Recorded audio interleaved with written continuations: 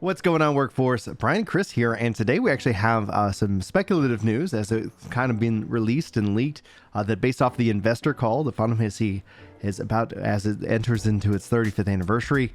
Lots of titles. Apparently, Square Enix is going to be focusing on its mainline titles, and they're promising actually they're not going to be investing the $300 million that they got from the Western sale into NFTs. So I don't know if that's good news for you, or if we're all still like kind of like, all right, come on, Square.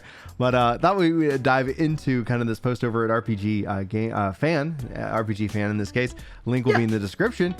Chris, we got 35 years of Final Fantasy. We've got Final Fantasy 16 being told that it's pretty much done, and the trailer should be dropping soon.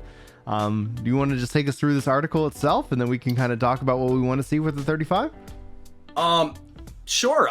I will say with 35 years, I've seen people tweeting out this week, like some debate about like what the first RPG Square put out is, and like, is it based on the copyright date and all this? And it's fun to go back and see what games looked like 25 and 30 years ago, especially because when you start to get back like 20 years, it starts to get far enough back that it's like, I remember it being more immersive. Like in my head, I had this imagination that I was like, wow, I'm like in this world. And then you see it, it's like one little guy with 6 pixels on like a plain blue screen. And you're like, oh, that's all they gave me. Wow. Gaming has come so far.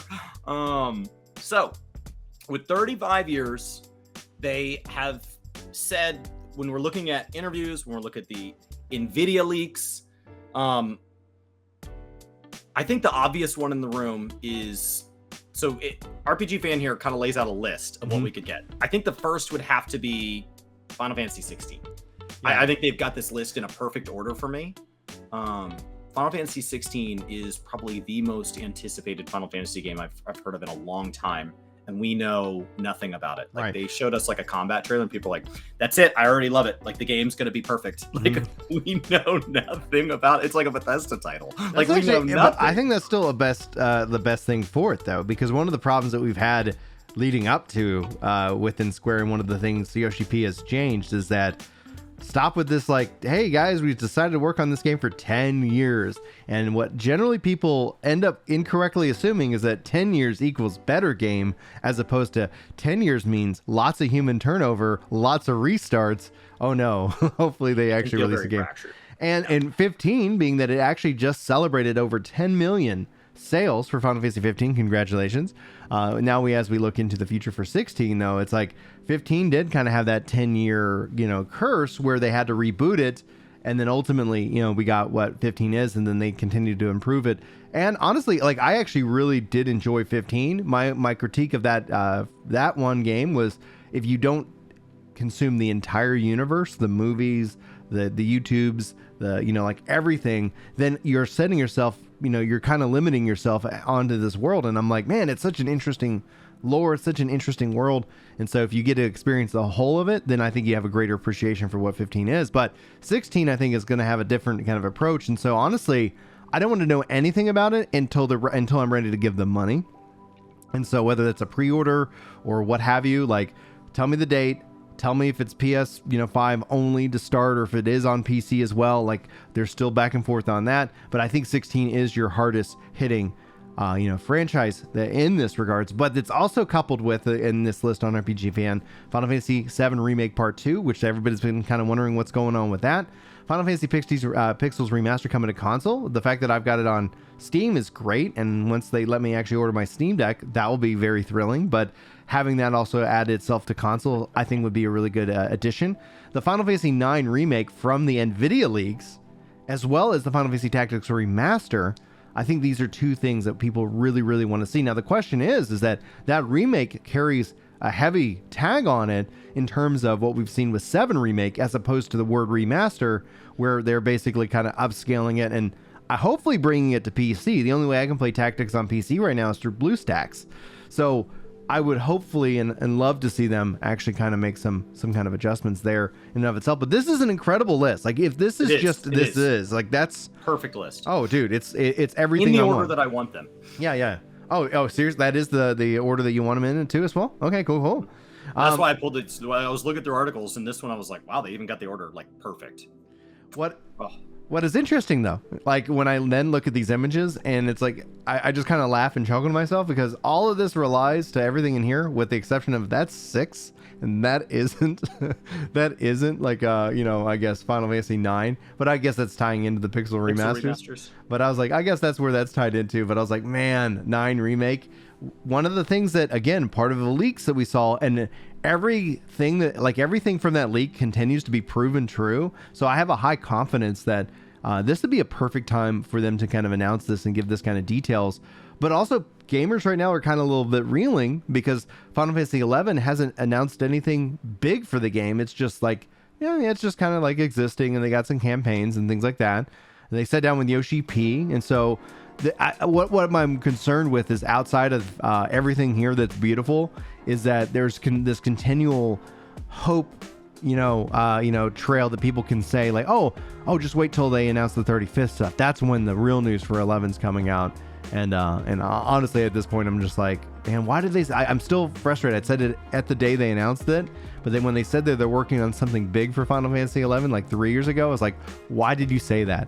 Like, just shut up, because now my mind just starts running rampant, and we didn't end up getting anything on the 20th anniversary itself. But anything from this article that you feel like is interesting, we want to make sure that everybody takes home, some information with? We don't typically dive too deep into leaks and speculation and announcements. Like I retweeted the other day when Bethesda had to delay 2 of their titles out to 2023. I was like, hey, do we know anything about them yet? And like the general response was like, no. And I was like, did I miss something? And I'm like, well, you missed some dev blogs, I guess. Honestly, I prefer it that way. Honestly, I legitimately prefer to not tell me too much about a game until it's close enough, because like it starts to constrain them, because now some statement they made 5 years ago, they become liars if they change it. And like, I don't want to tie their hands. Like if they think it's the better for the game to change some decision that they had 2 years ago, change it. Like, no big deal. That's part of the creative process. And then second of all, like we have so many games coming out now. There's like a fatigue if you start trying to talk about all the games. If you look more than like 6 months into the future, I can't keep them all straight. And so it's a lot easier to focus on like, okay, well, what is really coming? What is firmly coming out in the next 6 months? And then like filtering that list down to what do you want to play? Because there is an incredible amount of games releasing. Game Pass just released another update to the titles they're adding to Xbox Game Pass. It's absolutely nuts, the number of games that we're getting to choose from each and every day. And this morning, somebody asked in stream, is Final Fantasy 14 content-wise, like, is it appropriately positioned within MMOs? And I think you and I have talked a lot about like MMOs moving to being seasonal. Yeah. I don't think people want a game to make them feel like they have to play it all year. If they want to play it all year, it needs to be able to sustain that through a variety of types of content. But if you only like that game for 1 or 2 pieces of content, you should be able to come in, do those, and then you should be allowed to take a break while the devs make more of that style of content, which will come in 4 to 8 months. And in the meantime, you should feel perfectly okay going and experiencing other games for that time. And it's an incredible time to be a gamer. And it's awesome to see Final Fantasy do that, especially among speculation, like, is Sony buying them and all of that. It's nice to know that, well, it wouldn't really matter because we've got a great path ahead of us, regardless of who gets to take the piece off the top. Yeah, the one thing I would add, though, is that there are definitely gamers who want an MMO to kind of live and be consumed by. And I think essentially, like, stepping into Final Fantasy 14 now, you can definitely have that for years and years. And somebody like, us, that is like, yeah, we play this game all the time. And then, yeah, it's nice to be able to kind of take a step back. But also just want to say shout out to Moody Moomba. Congratulations on hitting Omni 90. That's incredible as Chris and I continue to slowly humble our way. That's why we only raced each other. Yeah. We knew we couldn't keep up with the real champs. Yeah, it's so true. It's like, have you guys seen what's happening in February? You were like, I just passed you. I bet you did. Yeah. Oh, yeah. That's freaking guaranteed. Absolutely.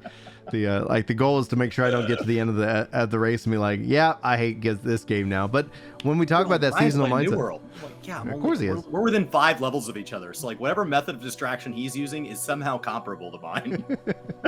As we dive into though, at like the 35th, that the article references that it could be the end of May or beginning of June that we should actually see this information, and hopefully that means that we're going to be very close to a release And my hope is that would be wonderful for this year alone, especially now that you start to look at like things that are getting pushed out of the fall already. Like we're hearing in the spring, even before kind of the summer fest, what used to be E3, like, hey, games are kind of shifting. And honestly, when I kind of look at the rest of the year, like I was looking at February and March going like, whew, this is going to be crazy. And now I'm like, all right, now that I've kind of like everything's kind of settled down, if they decided to drop 16 this year, I think that'd be really exciting for me personally, but I still haven't been able to look at a PS5. So hopefully we get some news on that front as well. But Chris, why don't you take us out of this video? We got other videos to make. We have a bunch of these. We have a bunch of great news. It's a great time to be a Final Fantasy fan, a great time to be a gamer. If you guys want all the Final Fantasy news, we're going to be trying to film these over on Twitch every Monday or Tuesday. So come hang out, and that's where we'll be. But until then, I'll see you next time. Take care.